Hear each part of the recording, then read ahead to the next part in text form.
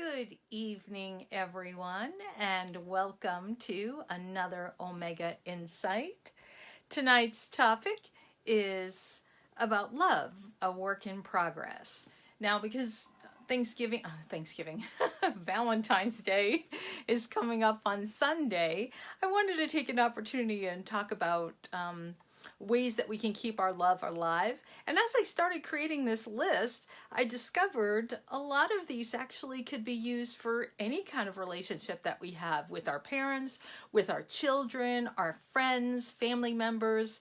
So again, remember, think about the idea that as I go through this list, these are things that can be used in any form, any type of relationship. Now, I know there's so much information out there, and what I actually did was I just came up with a list of things that I do. I don't remember where they came from, how I started, or when I started. I just know that these are things that I usually do in my relationships to keep the love alive. We all know the trials and tribulations of being in a relationship, and when we get on each other's nerves or when we just need to take that break. So this list is really not about taking a break. It's more about what we can do so we don't have to take a break from each other. Not that I'm saying not to take a break from each other, but I don't want you to get to that point of, I can't stand this person anymore. So here's my list of 14 things that I came up with since February 14th, that I do to keep the love alive. The first and most important thing every morning when I wake up, the first thing I do is say, I love you to my husband. You can do this to your children, to the animals, but it's an I love you. And it's not just one of those love you. It's looking in each other's eyes and saying, I love you, expressing that love, starting the day. Good morning, I love you. It's a way to just reconnect and start the day just then and there. And usually it's with a kiss as well. Another thing that's important is to express gratitude every day, at least once a day, but you should be doing this multiple times a day. And this is gratitude, not just I'm grateful that you're alive, or I'm grateful that I'm in a relationship with you, but it could be simple things like thank you for taking out the trash, or thank you for making breakfast, thank you for emptying the dishwasher, anything at all, just to express gratitude. When we have an expression of gratitude, this really does make the relationship richer. And it's got to be real gratitude, not like thanks. It has to be, oh, thank you, I appreciate that. The next thing is love notes. I've been doing this for years. When Mark and I first got together, he was traveling quite a bit. And so before he would leave, I'd get into a suitcase and I'd leave little notes of, I love you, I'm thinking about you, I miss you. And I would stick them in places that would be not a normal place. Like I'd stick a love note down the sleeve of his jacket. So when he put his arm in the jacket, the note would pop up, and then, leave it in like his travel bag kit or inside his shoe. I even put him in his socks. And sometimes when he would come home, he hadn't gotten all of the notes because he didn't wear all the clothes that he had packed. But this is something I just started. It's the element of surprise, especially when you're traveling. It's nice to have that little connection. So then he began to reciprocate with me. And so what we started doing is if he was leaving, I would be running around putting notes in his suitcases, and he would be running around the house leaving notes for me. I open up the closet door and, oh, I miss you, and so things like that. That keeps the love alive. Now, I don't do it every time because I don't want him to expect it all the time. And the same is true. He doesn't do it every time, but every once in a while we will end up just leaving notes. Even now, since COVID's been around, we haven't been able to travel as much, but I will still leave notes on his desk, or I'll leave notes over in the counter or over by where his bathroom is so that he can see it on the mirror. It's always just something nice to do. The next thing is share a meal without the phone, the computer, or distractions. Because we've been living in the world of remote work, we sit at our computers a lot. Sometimes we will be having breakfast at the computers and lunch at the computers. It's important that when you sit down and share a meal, you're actually sharing a meal with the person. Phones down, computers down, and you actually have a conversation with the person that you're having a meal with. Another thing that I like to do is reading a book together. Obviously, I love to read. So reading a book. When we haven't done this in a while, but we would just read a book together in the mornings. We'd get up and sit in our chairs in the bedroom and he'd have his coffee, I have my tea, and we'd just read a chapter. And then we'd talk to each other and discuss, what did you think about the chapter and how it could affect our lives? It's a nice way to get the conversation going and learning a little bit more about your partner. You could do this again with children, same thing. You could read a book with your kids and then have a conversation about it. What do you think? What are some of the ideas and how they can apply it to their lives? Mark and I actually, one time we were staying at a friend of ours cabin, and we spent the week, no TV, but we had George's study group videos, and we would watch the video, we would take notes, and then we'd have a discussion about them. Another thing that I love to do is meditating together. I know it seems a little strange because when you're meditating, you're kind of in your own space, but I'm telling you, it makes a difference when you're sitting there next to someone who's meditating you, or if you have multiple people meditating together. It's putting yourself in that space, that inner realm with the one that you love. And sometimes you can come out and talk about it, or sometimes it's just nice to come out and be silent with the person that you're with. I happen to love silence. I'm not afraid of silence. It surprised me when I find out people don't like to be silent. I love the silence. I could sit for hours and never speak a word and be totally content. And that's how I feel when it comes to meditation. Another thing that I love to do is hold hands. Whenever you go out, going out to the restaurant, going out shopping, holding hands in the parking lot. One thing that Mark actually threw on top of this is he likes to open my door, so I'll sit in the car and I'll wait for him to come around and open the door, and we immediately just hold hands from there. There's something nice about holding onto the hand of the person that you love and just feeling that physical connection. Another goofy thing is dancing in the kitchen. You're in the kitchen, just come in and dance. You don't have to have music on, just dance. Wrap your arms around the person you love. I used to do this a lot with my grandchildren. I'd pick them up and I'd start dancing with them in the kitchen, into the living room. Just dancing is a great expression to be and have with your partner and people that you love. I am also a big advocate of the just because kiss. Walk up and just kiss them. Just because. It doesn't have to be on the lips. Kiss them on the head. I love to kiss people on the side of their face. Just because. There's no need to explain why. Just come up and just give them a kiss. A kiss is so important. It's, again, an expression of love, and I'm thinking about you. Another thing is to listen to your partner. Now, when I mean listen, I mean really listen. Don't sit there like this. No. Fully 100% present. Do this with your children. It's so important. And it can be hard. I remember when my son was growing up, he would go on these long stories and explain the gamings that he was doing, or the zombie. He was really big into The Walking Dead. And I would sit and listen to him, and he's telling me this character and then that character, and I would listen. I had no desire to watch the movie, but it was exciting to him, so I'd sit and listen. And I'm going to tell you, it made such a difference because I could sit at the table at dinner, and sometimes I would ask, so what happened in the last episode? And he would go off, and I knew who the people were, and you could see how excited he would get because I could actually understand what he's talking about.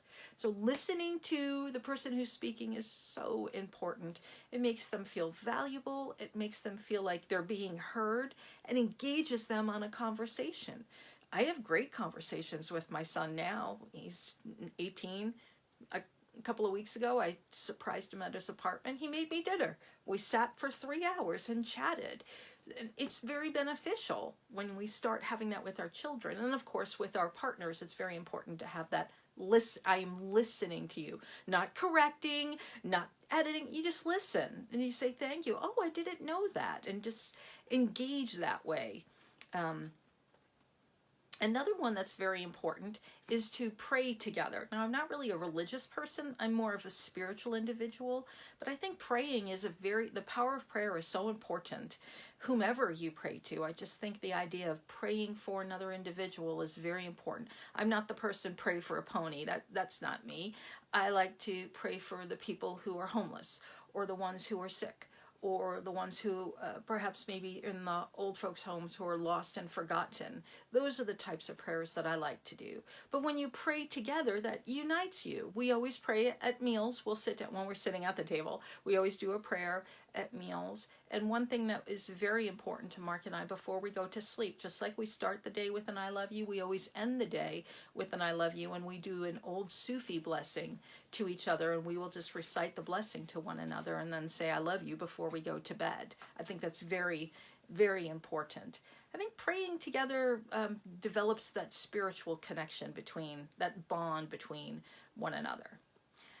The next one, this next point, I struggle with this a little bit. It's to take interest in the other person's interest.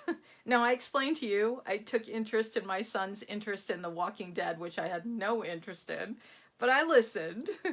And so taking interest in their interest means watching the movies they like to watch. Not all the time, but just sometimes. Eat some of the foods they like to eat. Listen to the music they like to listen to. Enjoy the hobbies that they like to do. It's very helpful if you have common hobbies, which is great. But again, this is something I really do struggle with, because when I have to do something I really am not interested in, I just like, ugh. And then I have to remind myself, no, I'm doing this to engage and participate and show support. So that's very important. I'm not always successful on this one. I'm just going to flat out say that. The next point is to respect each other's space. Now, this is hard to do with our kids because we want to keep their rooms clean. And it's hard to not walk in there and clean your room. Everybody who's ever had a teenager, we know that. What I mean about is respecting each other's space. When you have shared space with your partner or your children, respect their space. Mark and I share an office here. It's actually funny, it's a very huge shape. He built this office with a desk, and there was like a line in the center where the two desks meet. That's the line. He keeps his stuff on that side, and my stuff is on this side. I'm a very organized individual. I have different ways of organizing than he does. I don't go over to his side and start organizing. I don't. He just gave me a look.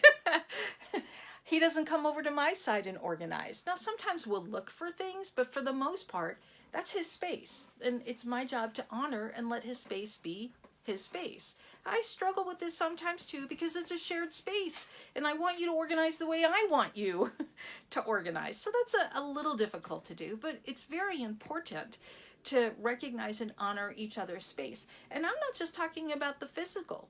If they're on the phone, honor their space. Let them talk on the phone. You don't have to hover about who you're talking to. What are you doing? Let them have a conversation. If they're on the computer, again, this is a little difficult because in today's day and age, we are so much more remote working from home that you're always on the computer. You kind of don't want to walk up and just start talking, and maybe in the middle of something. Sometimes I have a tendency to do this, and I have to wait, and I remember. So I've been practicing standing at the door and waiting until I get his attention before I start speaking. It's important to honor each other's space because we recognize that they need that space. I am very grateful that I have a meditation room. If I need to, I'll go sit in there by myself. I don't mind. It doesn't bother me. This is also I'm going to tell you a very funny story. I love to read. I already said that. And many years ago, when I first started massage, I had my business in my home. And so I had the massage room. And I had this boyfriend at the time who wanted to spend time with me. And I would just simply say, hey, I'm going to go read in my room. I'll see you in a little bit. And I've been known to read for 8 hours straight. Harry Potter books, I couldn't put them down. So I've been known to read. I can get lost in the book. I know that. And he would say, well, he loved watching TV, especially the zombie. I don't really like the tension, but he liked the action, zombie, fighting, killing, blowing up explosions. Okay, well, he would always say, well, how come you can't read on the couch with me? I'm going to watch TV. So he'd be in the living room and I'd be in my room. And then, well, why can't you come on? Okay, I'm going to spend time with each other. So I'd go sit on the couch, and this thing is blaring on the screen and it's so hard to focus. So then I have to start using my finger to follow the words. And a commercial will come on. I'm not lying. He'd go, hey, what do you think of that? Should we get that? It's just like, you're not letting me read. So that's when you have that struggle. Do I sit and honor his space, or do I want to have my space? You know, I was young back then. I could have easily said, let me read for an hour, then I'll come out and spend an hour with you. I could have done that. I didn't. We broke up. Which led me to a better husband. Anyway, honoring their space, their time, their energy, and their space. That's very, very important. And the last thing of my list is to cook and clean together. I actually love this. When you're in the kitchen together and you're cooking, you actually are having conversations as well. But it's like you're making a meal together. You know, we know what each other likes and the foods, and so you're doing the prep work together, then you eat together, and then you clean up together. My in-laws actually do this. It's very cute. My father-in-law, I think he's like 83, and his wife is closing in there at 78, 79. And they'll go in the kitchen and she'll wash and he'll come in and dry the dishes. And, you know, they work together in unison and they joke around when they're doing that. But that's something that's very creative. Remember, the food is a nourishment. And if we're thinking loving thoughts as we're preparing our food, it adds it to the nourishment. And again, it's just something that you could share and easily do. It's not a hard thing to do. You'll notice everything on this list doesn't cost anything. Monetary wise. It might cost a little bit of your time, a little bit of an effort, but the contribution is unmeasurable. It makes a deeper connection, a profound experience, and shared experiences. And it gives you an opportunity to take your relationship to another level. Remember, the idea when you're in a relationship, and again, as I said, this list doesn't just necessarily have to be for an intimate relationship. It could be with your children, your family members. But remember to enjoy each other. When you got married or when you decided to be in this relationship with a person, you remember the things that drew you to them and enjoy that individual. They're not your enemy. They're the person that you've chosen to spend your life with, so enjoy them. That means you don't take things personal. Everyone has different ways of doing things. You don't take it personal. And the other thing is to be quick to forgive. This is a person that you love. Why would you not want to forgive them? Oh, if our feelings get hurt, you want to do the, don't do that. That doesn't make any contribution. It's so imperative and important that we remember that my actions affect my partner or the people I'm in a relationship with. And if I am practicing doing the work, that means I should be consciously choosing my words and my actions. And if I'm consciously choosing my words and my actions, and I'm wanting to make this love a deep connection, then it is important that I choose things to do that strengthen that bond. That's what we're looking for. In the year of COVID, 2020, it's been difficult because families have been separated. The physical touch is gone. We can't reach out and hug our screens. Zoom meetings have replaced our family gatherings, and that can be quite difficult. And so there are things that we can do to enhance those relationships. When you're on the phone chatting with your family, remember to say, I love you. Remember to express gratitude. These are things that can be done. They don't have to be done physically. Send a text, a little love note through a text. That could be done as well. Or take a picture, draw something and take a picture and send it to them. Or memes are another good example. That's the list that I came up with. I'm going to quickly review them for you. So remember, start every day with a kiss. And an I love you. Express at least one gratitude each day. Leaving love notes for one another. Share a meal without the phones. Read a book and discuss it together, or a movie, something educational that you share and read together. Meditate together. Hold hands. Dance in the kitchen or wherever you are. A just because kiss. Very important. Listen to your partner. Pray together, take interest in their interest, respect each other's space, and cook and prep and clean your meals together. That's my list. I hope that you enjoyed it. I hope that you all have a wonderful Valentine's Day weekend for those of you who are going to spend it with your loved ones. and that you continue on expressing. I think I need to go through your books. That's cute, Leah. Expressing your love for one another. I look forward to seeing you in Friday. I'll look forward to seeing you on Friday on the 12th when we will have our coffee talk. And then this Wednesday, we're probably going to post another old workshop for you to watch connected to YouTube. So thank you for joining. Have a wonderful evening. Bye now.